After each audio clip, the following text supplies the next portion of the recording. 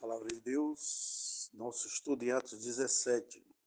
E passando por Anfipólis e Apolônia, chegaram a Tessalônica, onde havia uma sinagoga de judeus.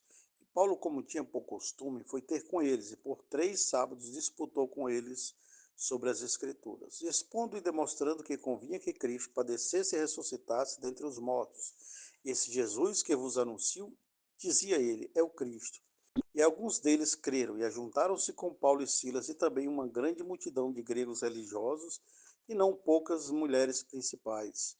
Mas os judeus desobedientes, movidos de inveja, tomaram consigo alguns homens perversos dentre os vadios e, ajuntando o povo, alvoroçaram a cidade, assaltando a casa de Jason. Procuravam trazê-lo para junto do povo, e não os achando, trouxeram Jason e alguns irmãos à presença dos magistrados da cidade, clamando: Estes que têm alvoroçado o mundo chegaram também aqui, os quais Jason recolheu, e todos estes procedem contra os decretos de César. E alvoroçaram a multidão os principais da cidade, que ouviram estas coisas, e tendo, porém, recebido satisfação de Jason e dos demais, os soltaram. E logo os irmãos enviaram de noite Paulo e Silas a Bereia, e eles, chegando lá, foram à sinagoga dos judeus. Ora, estes foram mais nobres do que os que estavam em Tessalônica, porque de bom grado receberam a palavra, examinando cada dia nas Escrituras se estas coisas eram assim. De sorte que creram muitos deles, e também mulheres gregas da classe nobre, e não poucos homens. Mas logo que os judeus de Tessalônica souberam que a palavra de Deus também era anunciada por Paulo em Bereia, foram lá e excitaram as multidões. No mesmo instante, os irmãos mandaram a Paulo que fosse até o mar, mas Silas e Timóteo ficaram ali, e os que acompanhavam Paulo o levaram até Atenas.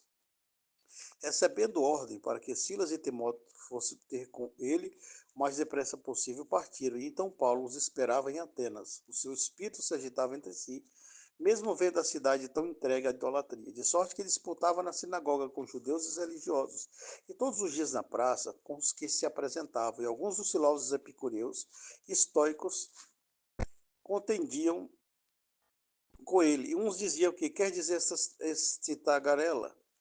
E outros parece que é pregador de deuses estranhos, porque lhes anunciava a Jesus e a ressurreição. E tomando, levaram a Areópago, dizendo: Podemos nós saber que nova doutrina é essa de que falas? Pois coisas estranhas nos trazem aos ouvidos. Queremos, pois, saber o que vem a ser isso. Pois todos os atenienses estrangeiros, residentes de nenhuma outra coisa se ocupava senão de dizer e ouvir alguma novidade. E, estando Paulo no meio do Areópago, disse: Homens atenienses, em tudo vos vejo como sendo um tanto supersticiosos, porque passando eu e vendo os vossos santuários, achei também um altar que estava escrito ao Deus desconhecido. Este, pois, que vós honrais, não conhecendo é o que eu vos anuncio. O Deus que fez o mundo e tudo que nele há, sendo do Senhor do céu e da terra, não habita em templos feitos por mãos de homens, nem tampouco é servido por mãos de homens, como que necessitando de alguma coisa, pois ele mesmo é quem dá a todos a vida e a respiração em todas as coisas. E de um só sangue fez todas as gerações dos homens, para habitar sobre toda a face da terra, determinando os tempos já dantes ordenados e os limites da sua habitação, para que buscassem o Senhor, se porventura tateando pudesse achar, ainda que não está longe de cada um de nós, porque nele vivemos e nos movemos, e existimos, como também alguns dos vossos poetas disseram, pois somos também sua geração.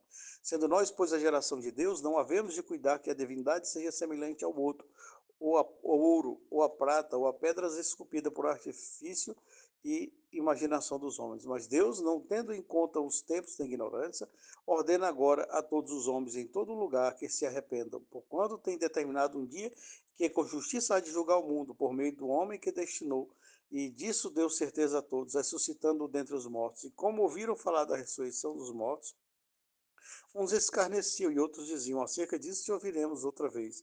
Assim Paulo saiu também do meio deles. Todavia chegaram alguns homens a ele, creram. Chegando alguns homens a ele, creram, entre os quais foi Dionísio, Areopagita, uma mulher por sobrenome Damares, e com eles outros. Essa é a palavra de Deus hoje. Estou tomando a iniciativa de ler o texto todo, porque algumas pessoas elas não sabem ler, e o texto lido funciona como que uma Bíblia online. no início das pregações, eu não fazia a leitura toda, e no livro de Mateus, por exemplo, eu não chegava a ler o capítulo todo, ia dando saltos em pontos estratégicos, mas agora vamos passar a ler. Essa viagem missionária de Paulo, ele agora está indo na região de Tessalônica, e aqui no verso 2 vai dizer que ele tinha de costume, toda vez que ele encontrava uma sinagoga, ele ia ter com as pessoas da sinagoga, né? Eles levavam geralmente esse hábito. Primeiro eles começavam a pregar o evangelho entre os judeus, alguns criam, outros não, e aí eles iam para os gentios. Aqui, por exemplo, vai se dar simultaneamente praticamente essas coisas. E eles vai, sabe, diz que ele passou 3 sábados indo e discutindo sobre as escrituras. Ele estava expondo, né? E demonstrando que convinha que Cristo padecesse e se ressuscitasse dentre os mortos, e este Jesus que eu vos anuncio, dizia ele, é o Cristo. Aqui no verso 3 é uma coisa interessante sobre o cristianismo, porque os judeus esperavam um Messias, um Cristo. Essa expressão Cristo é a mesma equivalente a Messias, no hebraico aproximadamente isso. Eles esperavam um Messias que viesse reinar Israel, dominar o mundo e libertar ele dos inimigos dele. Então, para os judeus conceber e crer no Messias, segundo as suas interpretações, era esse tipo de Messias que eles estavam esperando.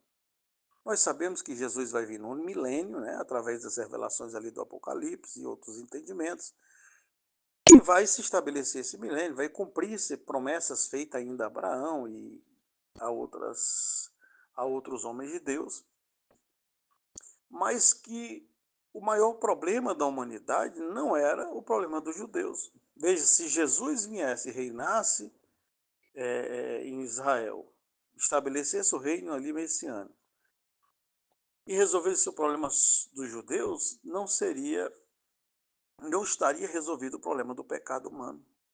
O problema da humanidade ela não começou depois da invasão romana ou da invasão babilônica ali. Ela começou no Éden, com o pecado do homem, que o homem peca e se afasta de Deus, e é ali que é feita a promessa de que na descendência de Jesus seria levantado um que ia pisar na cabeça da serpente. Então, o problema ali não está ligado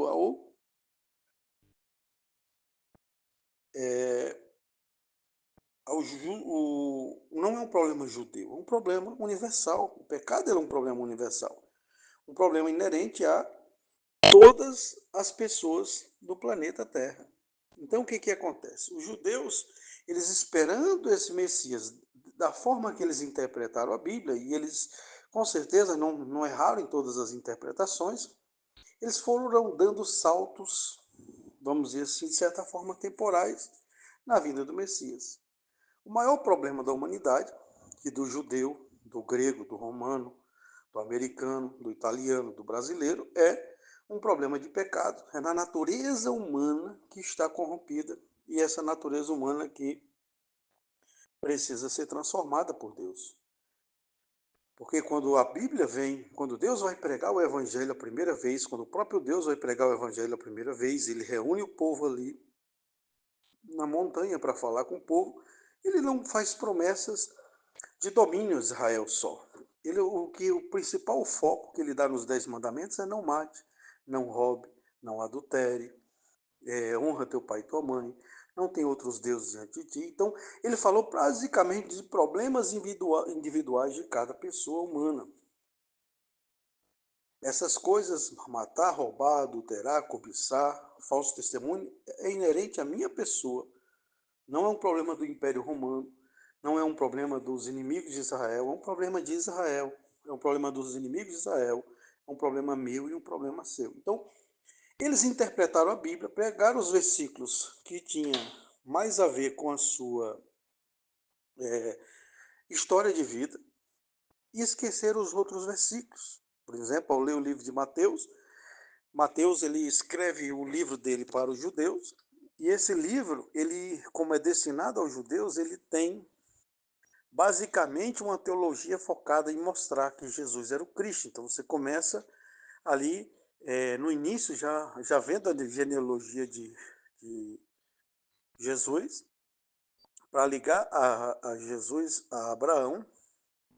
Você tem o modo como Jesus nasce, que a virgem conceberá e dará à luz a um filho. Existe muitas polêmicas, porque na tradução original diz a mulher em estado de casar. Ela não usa a expressão virgem, mas sabemos que uma mulher em época de casar em Israel, ela tinha que obrigatoriamente ser virgem. E não é uma mulher casada, é uma mulher em condições de casar. Então, os sonhos de José e todo aquele enredo ali do assassinato dos inocentes, fazendo referência a Jeremias, e ao longo do livro todo tem várias referências bíblicas conectando Jesus e a vida de Jesus com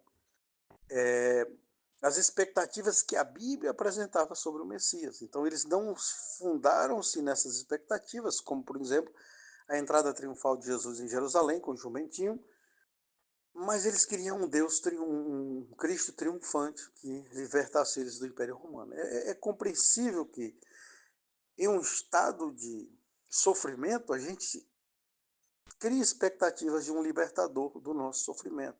Por isso que muita gente acaba seguindo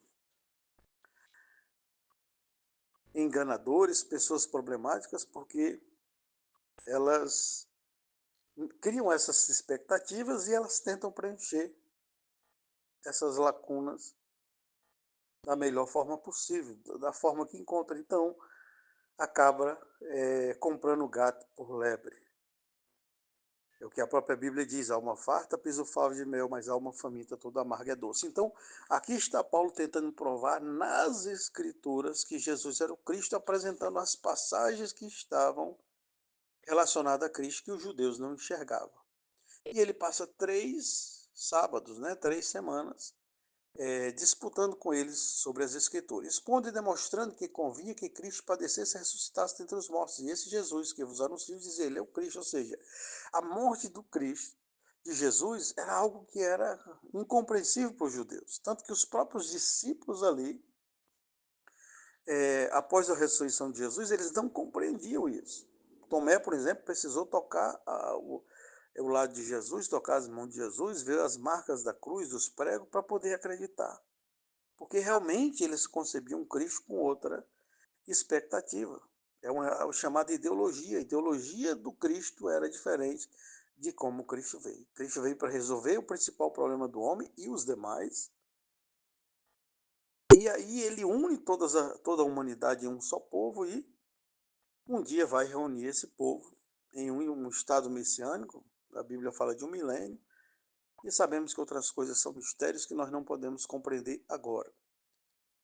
E alguns deles creram, verso 4, e ajuntando-se com Paulo e Silas, e também uma grande multidão de gregos religiosos e não poucas mulheres principais. Mas os judeus desobedientes, movidos de inveja, tomaram consigo alguns homens perversos dentre os vadios, e ajuntando o povo alvoroçava a cidade e assaltando a casa de Jason, procuravam trazê-lo para junto do povo. Ou seja, muitos judeus acreditaram, porque como viram na escritura, claro que por revelação do Espírito Santo ali, porque ia mudar a mente do judeu muito complexo, mas eles entenderam a partir da Torá, que nessa época não existia o Novo Testamento, que Jesus era o Cristo, e gregos também acreditaram em Jesus. Então há uma conversão. Quando há essa conversão, há um ciúmes ali dos judeus, e eles se reúnem com pessoas ali más, os vadios, e jogam a população contra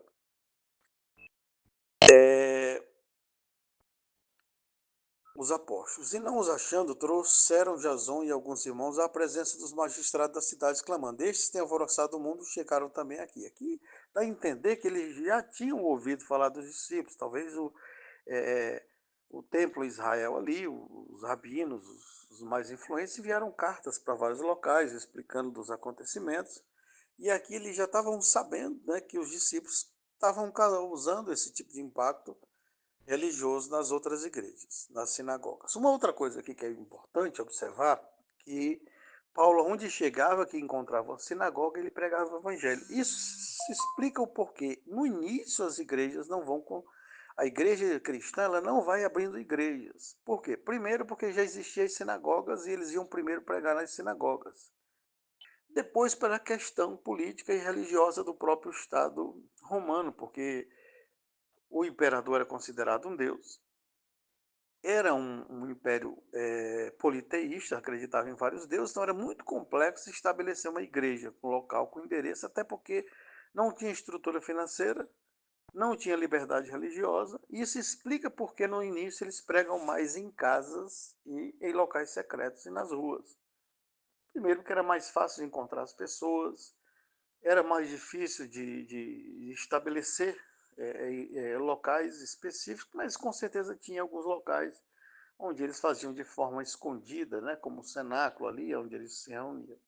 Então, existe muito questionamento dos desigrejados e das pessoas que não entendem isso, que é um processo histórico, se a igreja está surgindo de dentro do judaísmo, então já existem igrejas e questões financeiras, questões jurídicas, oportunidades, perseguições, faz com que a igreja no início não estabeleça templos físicos. Mas isso vai se estabelecendo, né? A própria palavra diz que você não deve estar na casa do seu irmão todos os dias. Imagina, você precisa ter 1.000 pessoas reunidas num lugar e de repente essas pessoas querem usar um banheiro, não tem um banheiro para usar, vão ter que ir no mato, risco de insetos, de cobra, proteção contra chuva, pessoas ali que não fazem parte do vínculo religioso, acidentes, uma série de coisas, ou seja, precisa de um espaço físico. Não é que Deus vai habitar no espaço físico, mas Deus vai habitar de certa forma também, porque ali existem pessoas que são o verdadeiro templo do Senhor, né? Então, eles começam a dizer os quais Jason recolheu, e todos estes procedem contra os decretos de César, dizendo que é outro rei, Jesus. Veja que eles precisam de um argumento legal válido para jogar a população contra os apóstolos, eles precisam jogar contra os magistrados. Então, está dizendo, ó, aqui não é só uma questão de religião, não. Eles querem apresentar um outro rei aí chamado Jesus, ou seja, eles querem jogar Jesus e os discípulos contra o Estado romano. Para que, claro que quando mexe no dinheiro, na autoridade, no status social da pessoa, ela começa a reagir de outra forma. Então, é, alvoroçam a cidade, enviaram essas coisas, e tendo, porém, recebido satisfação de Jason e dos demais, os soltaram, né? Ou seja, ali eles eram moradores das cidades e eles começam aí fazer a defesa deles. Você vê que o nome da pessoa era Jason, né? E a gente, por exemplo, é um nome até que existe em filmes dessa época, né? E da mitologia greco-romana ali. E os irmãos pegam e enviam Paulo e Silas a outra cidade, a Beré. E eles chegando lá faz o mesmo procedimento, vão às sinagogas dos judeus. Aqui mais uma vez a gente vê a questão de que já existiam sinagogas, inclusive em Jerusalém existia em torno de 100 ou mais sinagogas, por isso que Jesus saiu pregando nas sinagogas. Os discípulos pregavam já na sinagoga, porque a intenção primeira era converter ali os judeus. Você tem 100 igrejas montadas e que você, de certa forma, se estabelece. Então, pregando ali, primeiro, era uma missão deles pregar aos judeus, depois, você pregando aos judeus, eram convertidos pessoas que tinham uma base teológica muito grande, um grande conhecimento da escritura, falava várias línguas, tinha capacidade de ensinar, tinham copistas se convertendo ali, ou seja, pessoas que faziam cópias da Bíblia, isso era muito importante, porque na época não existia impressora. E aqui está mais uma vez eles pregando nas sinagogas. Ora, esses foram mais nobres do que os que estavam em Tessalônica, porque de bom grado receberam a palavra de Deus e examinando cada dia das Escrituras se essas coisas eram assim. Ou seja, esses aqui, eles tiveram aquele bom senso de dizer, não, vamos ver o que ele tem a dizer e vamos observar, né? E creram muito deles, né? Mulheres gregas também, da classe nobre, ou seja, a nobreza começa a se converter ali, e não poucos homens. Mas logo que os judeus de Tessalônica souberam que a palavra de Deus também era anunciada por Paulo e Beré, foram lá e excitaram as multidões. Veja que eles criaram, parece, uma rede de comunicação entre eles, onde passavam a informar a base, talvez em Jerusalém ou em algumas cidades locais, onde eles comandavam a partir dali o judaísmo, e eles formaram assim uma equipe estratégica de informação e combate ao cristianismo, né? Mas logo os judeus tessalônicos souberam que é a palavra de Deus, né? E aí faz isso e excita a multidão. No mesmo instante, os irmãos mandaram Paulo que fosse até o mar, mas Silas e Timóteo ficaram ali. Os que acompanhavam Paulo o levaram até Atenas, e recebendo a ordem para que Silas e Timóteo fossem ter com eles, o mais depressa possível partiram. Ou seja, Paulo agora vai para Atenas, cidade grega, famosa cidade grega, que é a cidade aí que aparece aí nos livros de filosofia, Sócrates, Platão, Aristóteles, e o fundamento aí da filosofia. Nós sabemos que o nascimento da filosofia se dá no continente ali entre os gregos, e, e agora Paulo está indo para Atenas. E enquanto Paulo se esperava em Atenas, o seu espírito se agitava em si mesmo, vendo a cidade tão entregue à idolatria. Veja, o Espírito Santo, o Espírito de Paulo, movia o Espírito de Paulo, e Paulo viu a quantidade de idolatria, que é uma coisa que perturba quem tem o Espírito Santo. É muito complexo. Esses dias eu estava ouvindo um certo pregador de uma igreja idólatra fazendo suas preces, suas pregações, tudo fora da palavra de Deus, e aquilo me angustiou, e eu entendo o que Paulo sentiu aqui. De sorte que disputava na sinagoga com judeus e religiosos, e todos os dias na praça com os que se apresentavam. Ou seja, ele pregava nas sinagogas e ia para as praças. Os gregos tinham esse hábito de pregar nas praças. Os gregos ali no início da filosofia grega, filosofia que é chamada, né, traduzida como amante da sabedoria, amigos da sabedoria, é, descoberta ali praticamente, deu um pontapé inicial pelos pré-socráticos, e aí você tem Sócrates, o grande, vamos dizer assim, o grande fundador da filosofia grega. Claro que ele começa com outros, Tales e Mileto, outras escolas, que começam a questionar a respeito do cosmos. É um processo de transformação na Grécia, porque a Grécia ela tem uma mitologia muito forte, ela acredita em muitos deuses, né? Zeus e toda aquela coisa que a gente está acostumado a ver em filmes, e eles têm uma teologia, né? E muitas coisas foram absorvidas aí por várias igrejas cristãs, e eles começam a fazer o questionamento do mundo, ou seja, como é que o mundo funciona mesmo? O que é a archê do mundo? De que o mundo foi gerado?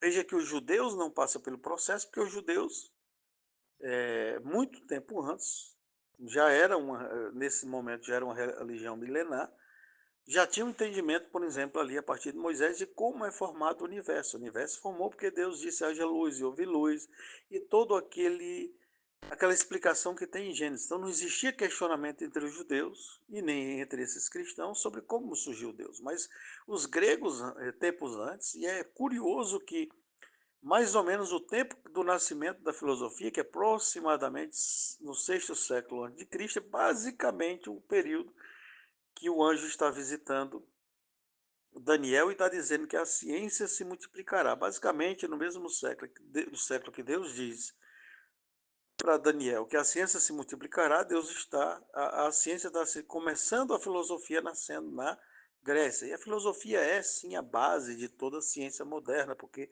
isso começa a perguntar o porquê das coisas, porque tem isso é assim, de que é feito o universo. Uns diziam, não, a base do universo é a água, outros achavam que era o fogo, outros achavam que era a água.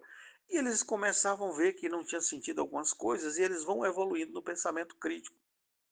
Vai aparecendo ali no período de Sócrates, o advento ali da matemática, e veja que o raciocínio lógico que chega à conclusão de alguns cálculos geométricos ali vai mudando o pensamento grego. Ao mesmo tempo que eles vão quebrando o paradigma da religiosidade, eles vão se opondo aos deuses dele, tentando criar um pensamento crítico para poder se livrar da religião. Então esse processo está acontecendo, e é,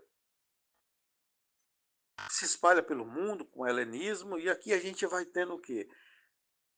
Um movimento ainda de filósofos que sempre tiveram nessa época, né? Claro que já era uma filosofia helenística misturada com várias crenças, com vários pensamentos, mas eles ainda eram capazes de discutir isso. E aqui nós vemos, até na frente, nós vamos ver algumas correntes filosóficas. E enquanto Paulo os esperava, e vai falando isso, de sorte que disputava na sinagoga com os judeus religiosos e todos os dias na praça com os que se apresentavam. Verso 17 novamente. E alguns dos filósofos epicureus e estoicos contendiam com ele. Uns diziam: o que quer dizer esse de tagarela? E outros: parece que é pregador de Deus estranhos, porque eles anunciavam Jesus e a ressurreição. Veja. Aqui está falando de duas correntes filosóficas, epicureus e estoicos. Tá? Então, existiam várias correntes filosóficas, vários pensamentos, assim como dentro do judaísmo tinha saduceus, tinha fariseus, escribas. Na filosofia, que não é bem uma religião, não é uma religião, na verdade, existia várias escolas, correntes filosóficas, pessoas que pensavam diferente. Então, pessoas que acreditavam que Deus era de um jeito, que o cosmos era de um jeito, que a física funcionava de um jeito, que a ética, a política, e eles iam se organizando em grupos que pensavam basicamente igual. Então, eles debatiam, eles tinham muito aquela coisa da arte da oratória. É, a oratória se desenvolve também aí, a capacidade de articular, de combater ideias. Então, os gregos gostavam de disputar nos locais públicos para ver quem vencia o debate. É, isso vai favorecer, né, o crescimento da ciência, porque a partir daí eles começam a investigar tudo.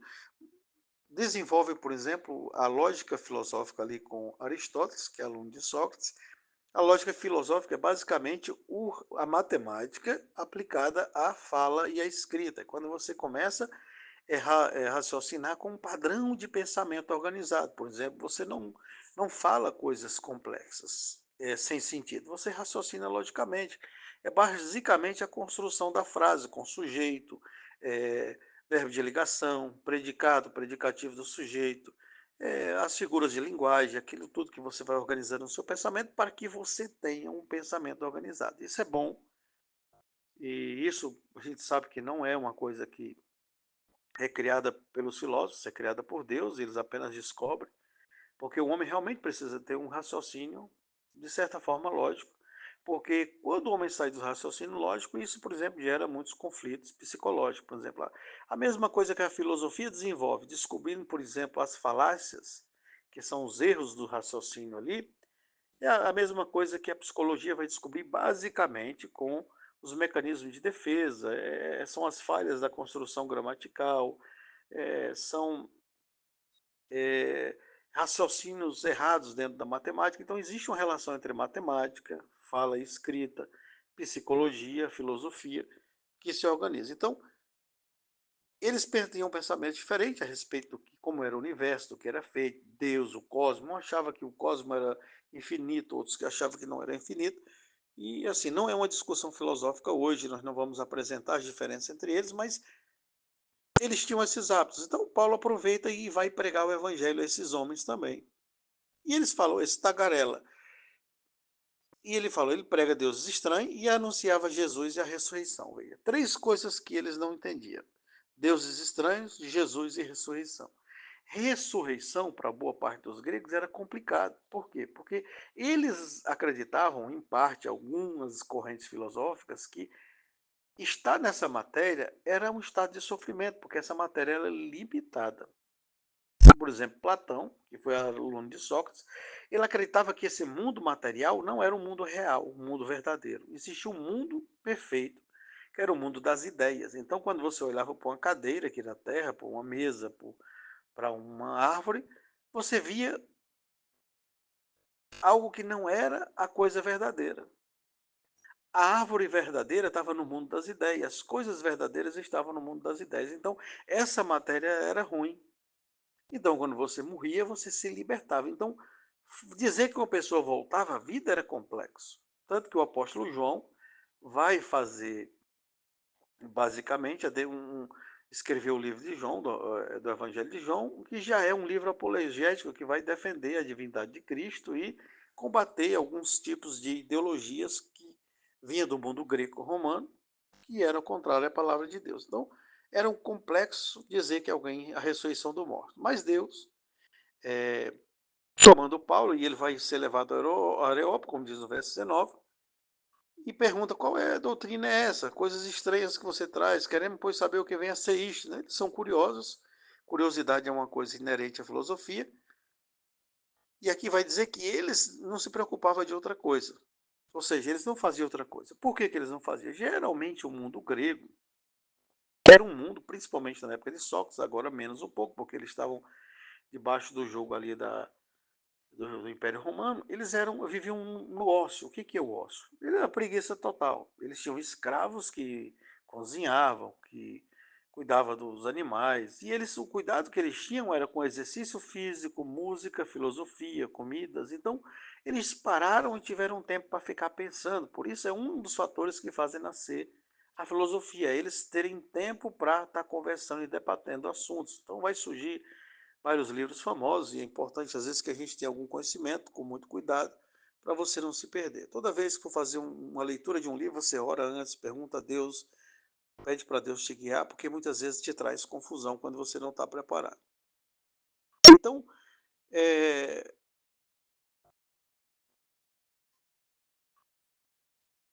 aí Paulo diz: eu percebi, passeando pelo Areópago, e vi que vocês são supersticiosos. No verso 23 diz: porque passando eu e vendo vossos santuários, achei um altar que estava escrito ao Deus desconhecido. Esse, pois que vós honrais, não conhecendo, é o que eu vos anuncio.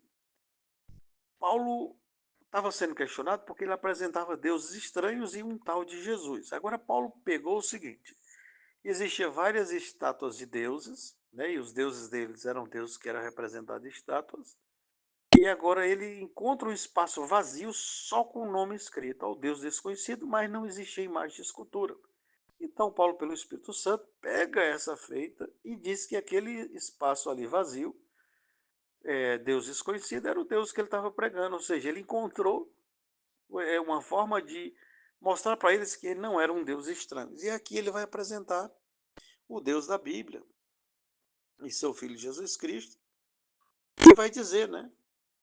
É o Deus que fez o mundo e tudo que nele há, sendo o Senhor dos céus e da terra, não habita em templos feitos por mão de homens, nem tampouco é servido por mão de homens, como que necessitando de alguma coisa. Verso 25. Pois é ele mesmo quem dá a todos a vida e a respiração em todas as coisas. É de um só sangue fez toda a geração dos homens, e de um só sangue fez todas as gerações do homem, para habitar sobre a face da terra, determinando os tempos já danças ordenados e os limites da sua habitação, para que buscasse o Senhor, se porventura tateando pudesse achar, ainda que não está longe de cada um de nós, porque nele vivemos e nos movemos e existimos, como também alguns dos vossos poetas disseram, pois somos também sua geração. Lembre que Paulo era cidadão romano, com certeza conhecia essa filosofia helenística um pouco, tinha lido sobre esse assunto, e aqui ele faz o quê? Ele aplica um texto que era conhecido deles, uma técnica de oratória para criar conexão. Quando você vai em determinado lugar e você fala lá na linguagem do povo, o Oxente no Nordeste, o Tchê lá no Rio Grande do Sul, e você usa um sotaque, uma expressão de um escritor local e cria ali uma conexão. Então já tinha um local para o Deus dele e criou essa conexão através de argumento.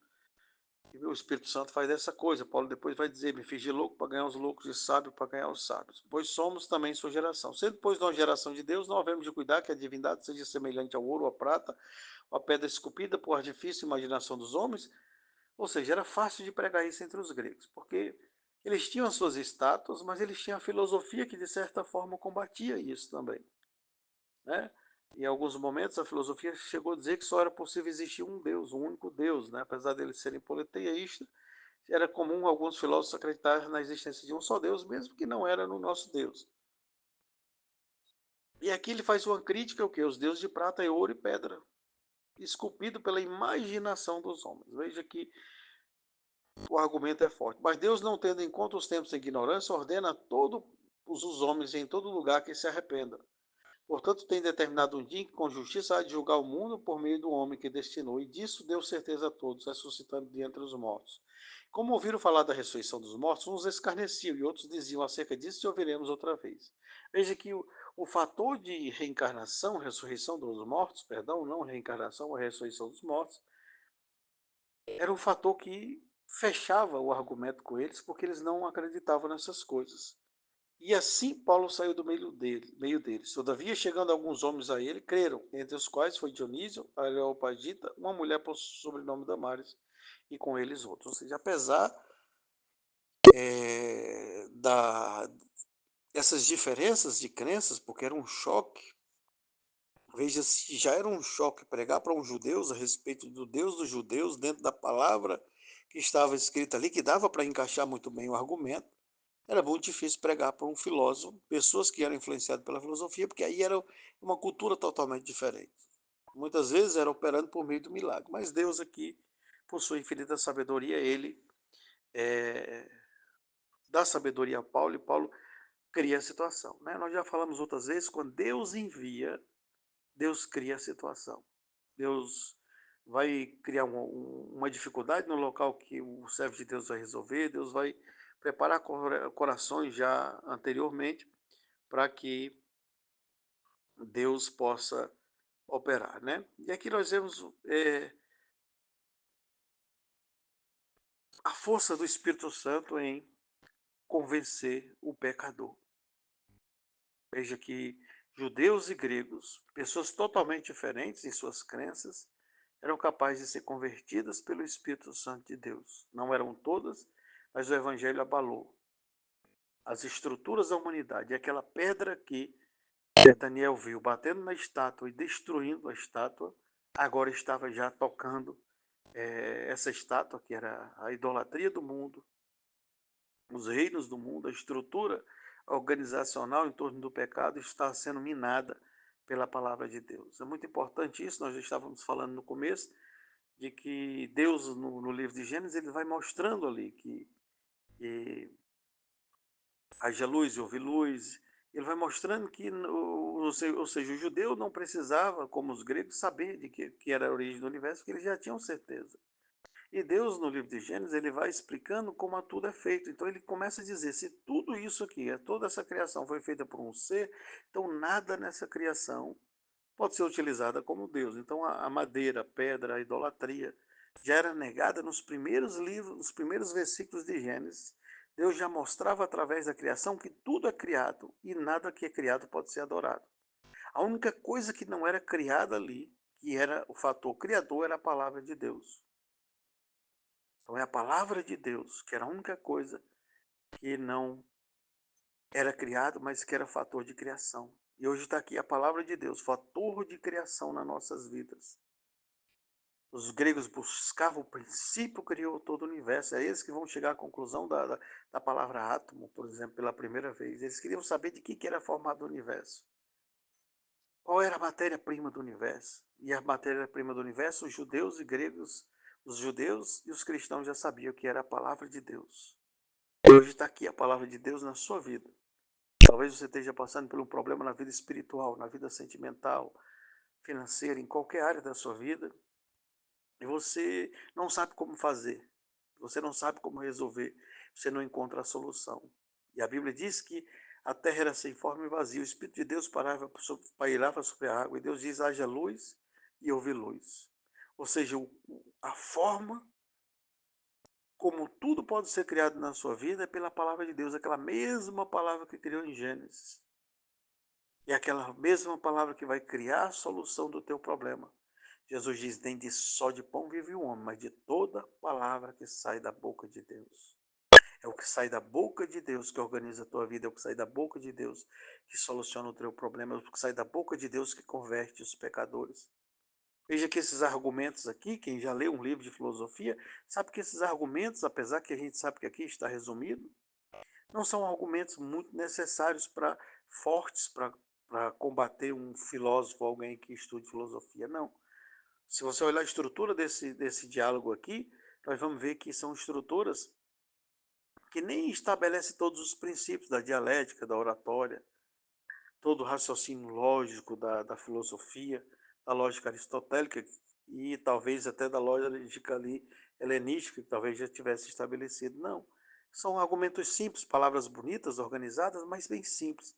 Mas nela opera uma coisa que não tem nas outras palavras, que não tem nos livros de filosofia, é o Espírito Santo de Deus, operando e transformando essa palavra em palavra viva, capaz de curar, capaz de libertar.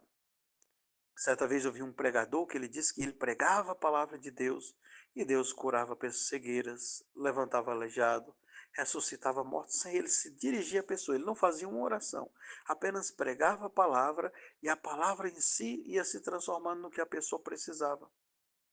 A palavra de Deus pregada, ela expulsa demônios.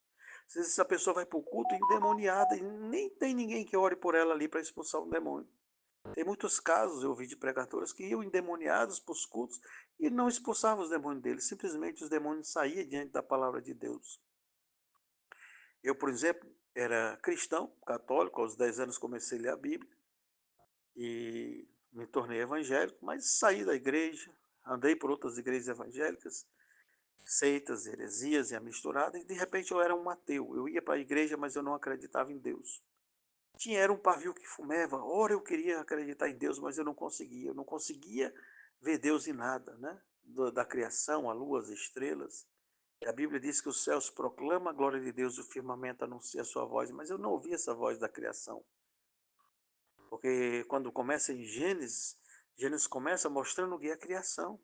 Que a criação já é a prova da existência de Deus. Mas eu tinha dúvida. E eu, vivendo no ateísmo quase 100%, eu posso dizer, era muito raro eu ter uma dúvida a respeito da minha dúvida, porque minha dúvida era quase total, levando em consideração que a dúvida da dúvida pode ser uma faísca de certeza. Mas eu, certo dia, eu fui para um culto chamado Culto de Busca de Dons. Nesse culto de busca de dons, eu fui lá para perguntar se existia um Deus que ele pudesse me dar o dom da fé.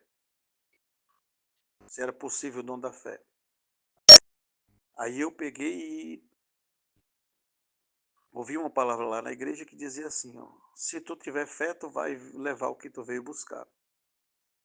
Aí eu falei assim, mas como é que eu posso buscar para ter fé? Para levar fé, eu tenho que ter fé, se eu não tenho. É justamente o que eu vim buscar. Ele disse uma coisa lá que era muito interessante, foi o inimigo que roubou o teu dom, é ele que vai ter que devolver. E aquilo mexeu comigo, eu falei, poxa, coisa estranha, palavra estranha, né? O inimigo que roubou o teu dom é ele que vai ter que devolver. Um certo dia eu estava na biblioteca estudando, eu lendo um livro de René Descartes, Discurso do Método. É um livro bem simples, e nesse ele discute a questão de que nada existe. Ele começa a negar a existência de tudo. É a famosa dúvida metódica, duvidar de tudo, para partir do zero. E ele duvida de tudo, e de repente ele diz que para ele crer que nada existe, a única coisa que pode existir ali, que não pode ser duvidada, é o seu próprio pensamento. Então ele diz, eu penso, logo eu existo. Mais à frente ele vai dizer, para crer que eu existo, eu tenho que crer que um ser superior me criou. Então Deus também existe. Quando eu ouvi essa palavra, Deus também existe, veio a lágrima no meu olho, lembrei da palavra que dizia, foi o inimigo que roubou o teu dom, ele vai ter que devolver. E eu comecei a crer naquele dia. Aquele instante em pé com o livro na mão. Eu estava sentado, não lembro. E eu peguei, a partir de livros que me tiraram a fé, foi me devolvida a fé. Filosofia, história, geografia, ciência, química, física, biologia. E eu comecei a ver Deus onde eu não via Deus. Mostrando que o meu problema não era um problema de onde Deus estava, mas de uma cegueira espiritual. É por isso que Jesus vai dizer, vendo não vê, ouvindo não ouve, não entende o coração e não é curado. Eu não conseguia ver Deus na Bíblia. E Deus agora está me fazendo ver Ele nos livros de filosofia, nos livros de história, nos livros de química, de física e de biologia. Então, eu comecei a voltar a crer. E fui crendo devagarzinho, comecei a crer que existia uma força no universo. Depois eu fui crendo que existia um Deus. Depois eu fui crendo no Deus cristão e judeu. Depois eu fui crendo no Deus da Bíblia direitinho. Mas ainda não acreditava em Cristo, porque Jesus me era estranho. Com muito tempo, passando por alguns caminhos também, foi me devolvida a fé em Jesus. Mas eu ainda não criei direito no Espírito Santo. Eu respeitava porque eu tinha medo de pecar contra ele, mas eu ainda não acreditava direito. Mas um belo dia Deus me despertou para a fé no Espírito Santo. E sabe como vieram a fé em Deus, A fé em Jesus e a fé no Espírito Santo, ouvindo a palavra de Deus. Porque a fé vem pelo ouvir, e ouvir a palavra de Deus. Você está com dúvidas a respeito de Deus, está com dúvidas a respeito de Jesus, está com dúvidas a respeito do Espírito Santo, não vai buscar fora, vai buscar na palavra de Deus. Deus fez para mim um caminho inverso porque foi uma promessa dele. Minha fé começou a ser me devolvida pelos meios que elas foram tiradas, mas foi consolidada dentro da própria palavra de Deus. Então não importa como está a sua vida, não importa se você hoje é ateu e sua vida está difícil, porque a minha vida como ateu era muito difícil. Passei a pensar em suicídio, querer me matar, vivi uma vida triste, angustiando, depressiva, porque a vida tinha perdido sentido, porque realmente a vida perdeu o sentido. Para quem não acredita em Deus, em vida após a morte, porque se é só isso aqui, então mãe, irmã, pai, família, amigos, não vale muita coisa, porque nós vamos ter por poucos anos. Mas a Bíblia faz uma promessa disso na eternidade. A eternidade, ao próximo dos verdadeiros filhos de Deus unidos em Cristo Jesus por meio do seu Espírito Santo e da sua palavra. A Bíblia é o lugar de esperança. A esperança para quem está numa vida espiritual de pecado, é uma esperança para quem está com alguma doença mental e física, é uma esperança para quem está com a vida familiar e social destruída, ou a família, uma esperança para quem tem a vida financeira acabada. Cristo é a sua esperança, essa palavra é esperança, essa palavra é Cristo e é vida, e no nome de Jesus, que a fé acenda agora nesse teu coração, que esse pavio que fumega agora seja tocada pelas chamas do Evangelho e seja acesa em nome de Jesus na tua alma, a chama da fé salvadora, e que tu seja livre agora de todas as forças malignas que assolavam a tua alma, que te levaram para o ateísmo e para o anticristo. Em nome de Jesus, sai para fora, Lázaro, desse teu cemitério espiritual. Receba a palavra e compartilhe no nome de Jesus. Amém e amém.